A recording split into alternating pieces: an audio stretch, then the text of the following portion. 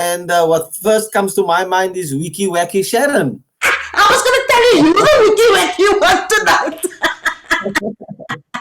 Guys, yes, I have Yasierah and Yasierah, Adonis and Riedwaan on screen just before they give their tributes. Now, Yasierah and Riedwaan are currently also the presenters or hosts of a Education in Daba program on Voice of the Cape. So perhaps before you guys do your tribute, just tell us briefly what your channel is all about, what your radio show is all about. Okay, Yasierah, you can go for it. I think there's a story about beauty before age. Obviously. Um, Thanks, Riedwaan. So Sharon, Education in Daba, Riedwaan and I, well, Riedwaan started before me, but it's a platform where we discuss various educational issues. So whether it's regarding the foreman at the school, public servants, principals, circuit managers, districts, everything that happens in education, we address on Education in Daba. And the main purpose is to keep the membership, and we have a lot of educators. Our listenership is around 350,000, up to date with what is happening, and also then, of course, providing guidance and insight as to what is happening, because we all know you can be in school and the quickest thing to something, past an educator is to ask to please read something. So, by discussing it, unpacking it, listening to what the members are saying and the listeners are saying at the end of the day, and there's always a different interpretation around what education is. We created the platform where we can feel on the ground what is happening, because it's always very different to what we think is happening at a different level. So that's Education in Daba, and we celebrate every single aspect of education. Yes. And so we're there in the hard times. We give support, motivation, a lot to do with learners and how to, address the issues and the social ills that comes from the community into a school, guiding parents, what is available for professional development. Riedwaan's the expert on labor, and so you get those kind of questions. Yeah, you must know. Seasoned practitioner. And then, other items like inclusive education, what I spoke about it earlier on. There's so many facets to education. We can't bog it down to an educator being in the classroom. And so that's the platform that exists. And that's, the commission isn't for us in the classroom alone. We keep saying that schools belong to communities. And so how do we give back to the community so that they are aware of what actually transpires in the school, the plight of educators, the plight of learners, the social ills that creep in and almost breaks down the moral fiber and fabric of society. How do we guide and assist in that manner? And so we've been doing it for the past 11 years, Sharon. Yeah, no, amazing. I know, because that's how I spoke to Riedwaan before, and Riedwaan, I was like blessed to be invited to these guys. Crazy. They are crazy. They have so much fun in that studio, and yes, they discuss a variety of topics and issues relating to different aspects of education. Riedwaan, you made a mistake to give Yasierah a chance to speak. No, I was just thinking now, Sharon, she doesn't even give me an opportunity to come in there. But I do want to say, really, it's first a privilege to be on your show this evening. Also, it's Education in Daba is a very serious program. I need to share that with the viewers. Until a couple of weeks back when we had Sharon Lewin, who just turned the entire program wacky, upside down, on his shoulders, on his head. But certainly it was a pleasure having you. And we really look forward to getting you back on our program, Sharon. Yes. Thanks so much, Riedwaan. Riedwaan, don't you guys want to tell us what's your day job? Just briefly before you do the tribute. I did say I'm going to ask you just to, Yasierah, if you can just give us a bit of your background, and Riedwaan, if you can just give us a little bit of your background. And I've met you in a few tough labor rooms, and you're not the easiest person to work with, and not, So having that, 100% Sharon. Yeah. So I wonder, Riedwaan, you want to start first? Just tell us what is your day job, and a little bit about Riedwaan. No, thank you for the opportunity, Sharon. And I think you mentioned, that I met you some couple of years ago, and I think I mentioned that to you when first I saw you. I really thought, who's this?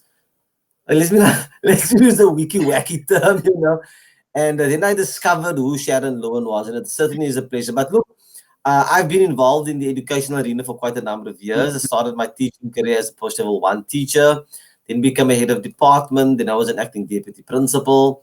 I then moved to Directorate Labor Relations, at the time as now Employee Relations. And I was a senior labor relations officer for the Western Cape Education Department for a number of years. And then I moved over to NAPTOSA in 2007 as an executive officer, and I'm currently a senior executive officer focusing on labor-related matters within the province. So yeah, that's one, and obviously presenter of Education in Daba on the Voice of the Cape radio station. Yes, thanks so much, Riedwaan. Yeah, and a lot of people speak very highly of you in terms of your labor expertise, your knowledge of labor relations, and yeah, you come highly recommended by a lot of people. Thanks for that input. Yeah, And it's nice it's to. a pity. No, even I was looking forward to getting Noel, Sharon. Noel has come a long way. I think Noel is tucking and diving. Noel was supposed to be on here, so no, I don't know where Noel is.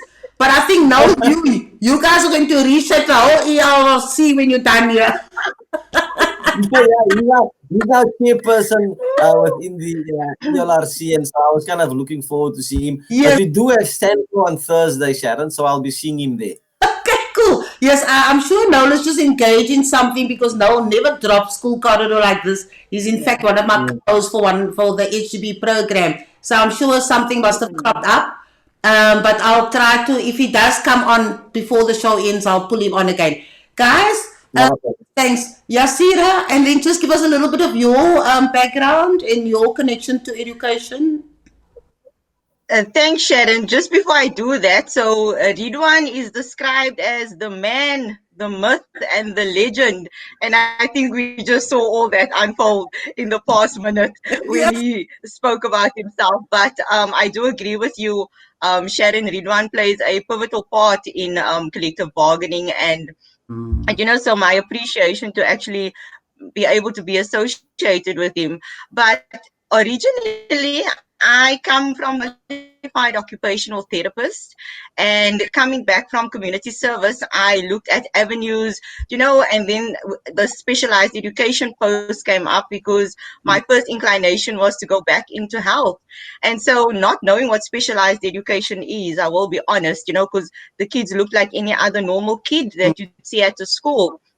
So I started my career in education at Ocean View Special School as the occupational therapist there under Farida Williams, which is definitely one of the most amazing people that I've come to meet in my lifetime in education.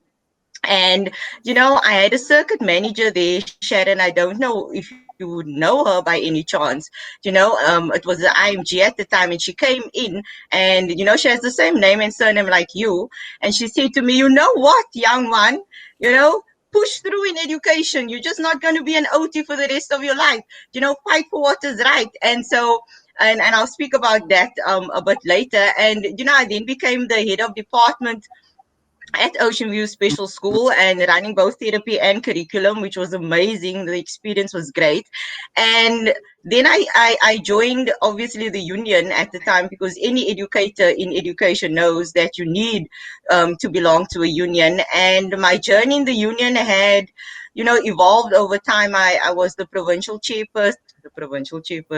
chairperson for specialized education. I then became the vice chairperson, then the deputy, and in 2017 I became the provincial chairperson for NAPTOSA. So a completely different shift to being an occupational therapist at a school, but one I thoroughly enjoy.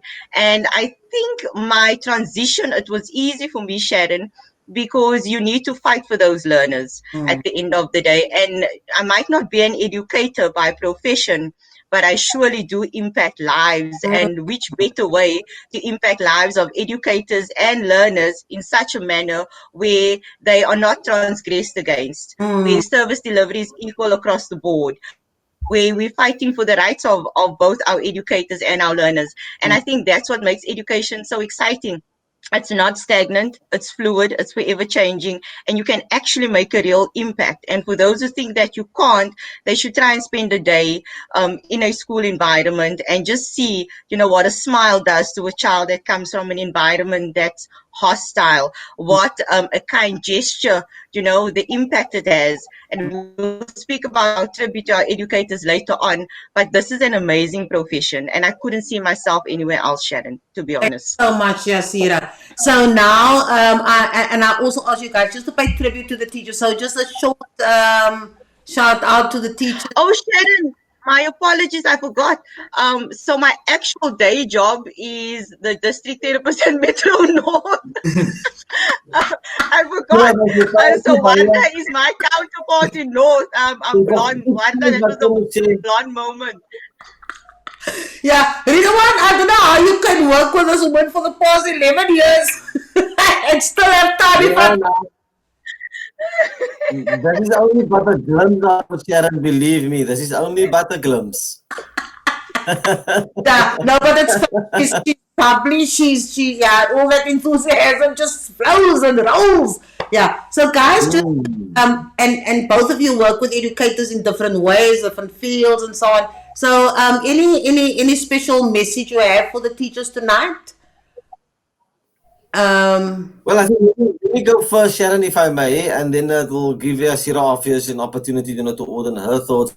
But certainly from my side, I really want to, express our appreciation and gratitude to all our educators out there.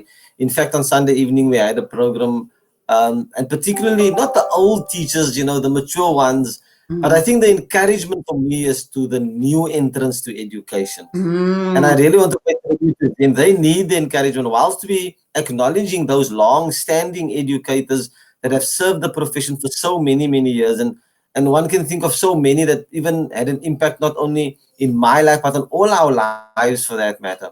But I think for me, if my message this evening could get anywhere, it would be particularly for those new entrants to education, to encourage them, to make a difference and to contribute to education. And I think that is, for me, the most important thing at this stage. So tribute to all our educators, for one, the ones who have come and gone, those who are still in the system. But I certainly want to express my gratitude and appreciation with motivation for the new entrance to education. Thank you. Wow, thank you, Riedwaan. Yeah, I like that. Yasierah, any special words that you have for teachers? You see, you had to let me go first, Sharon. I don't know how I'm going to top that, but I'm going to try. So, fortuitously, I must say that one of my educators. Fortuitously, nou moet ek nou die dictionary gaan kry, Sharon, om hy op te soek. By chance is like. But just a simple example of my appreciation. Karen Dudley was my volleyball coach at high school and an educator as well. And, besides teaching us, the strategic manner in which to play volleyball and become better, and I hope Karen is still tuned in. And I regularly express my appreciation. She taught us about life skills. What are you going to face when you leave school one day? But more so, Sharon, she treated us with teaching as a mother. Now, you can't forgo that. If I look back at my educators, Mr. Bridgens, Mrs. Little, Mr. Basher, I see locus parentis. I see it there. And the care and the guidance they provided, built us into who we are today. So how do you give actual appreciation to the mother of all professions? It boggles one's mind what they endure, the sacrifices they make, even more so for their learners than they do their own families. Now that is astounding in itself, Sharon. And we sent out a quote today that says, "What a teacher writes on the blackboard of life can never be erased." And I think that is so profound and so sound in the sense that, you literally shape the lives of every child that you touch. And, I need to commend the education profession during COVID-19, the tenacity, the perseverance. I mean, the actual output there to still teach teach, even though that child wasn't in your classroom. I can't find words to say thank you enough for keeping education together at a time when a pandemic was ripping the world apart.